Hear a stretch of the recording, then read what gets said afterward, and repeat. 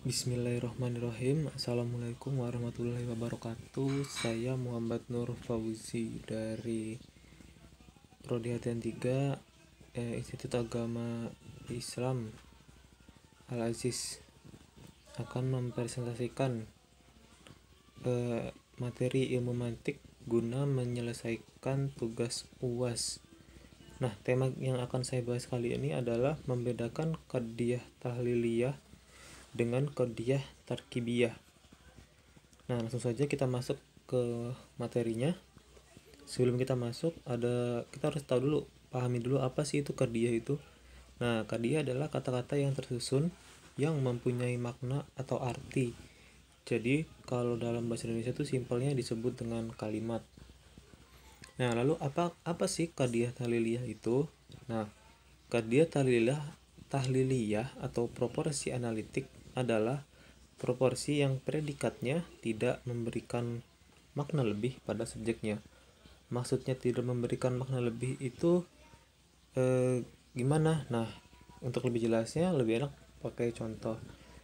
Nah, contohnya ini, contoh kalimat jomblo itu ialah sosok yang tidak memiliki pasangan. Nah, dalam hal ini kata jomblo, nah itu tuh menjadi subjeknya atau maudu. Sedangkan di fase selanjutnya yang tidak memiliki pasangan, kata yang tidak memiliki pasangan itu menjadi predikat atau mahmulnya. Nah, sekarang coba diperhatikan. Adakah makna lebih yang diberikan oleh predikat pada subjek dalam contoh tersebut? Nah, tentu nggak ada dong.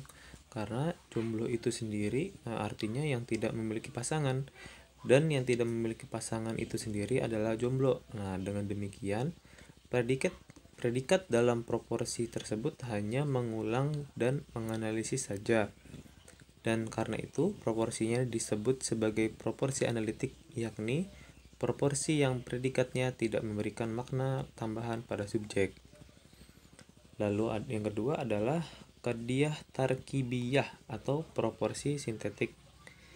Ini kebalikannya dari qadiyah yang tadi, qadiyah tahliliyah tadi. Kalau qadiyah tarkibiyah itu proporsi yang predikatnya memberikan makna lebih pada subjeknya.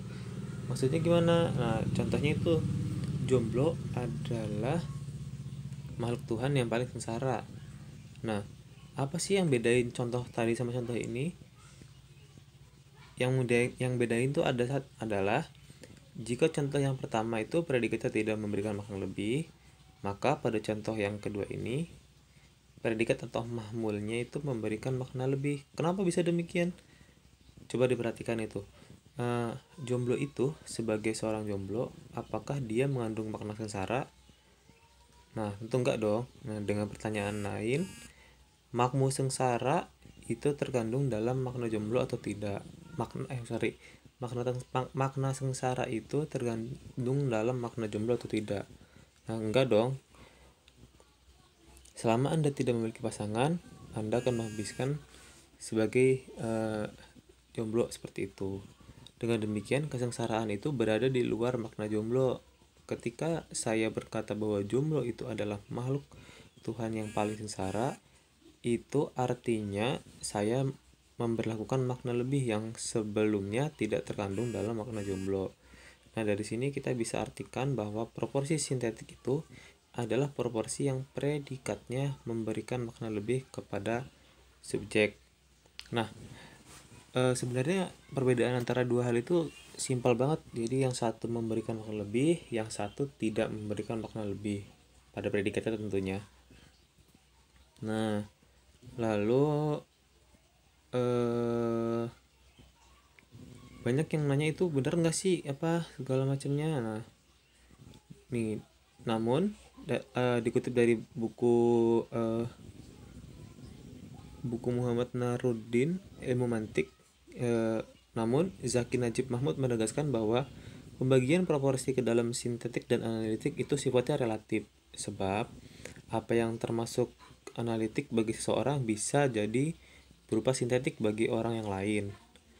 Bagi Anda yang tidak tahu tentang jomblo, misalnya, tentu pernyataan bahwa jomblo itu adalah orang yang tidak berpasangan itu masuk ke dalam sintetik qadiyah tarkibiyah.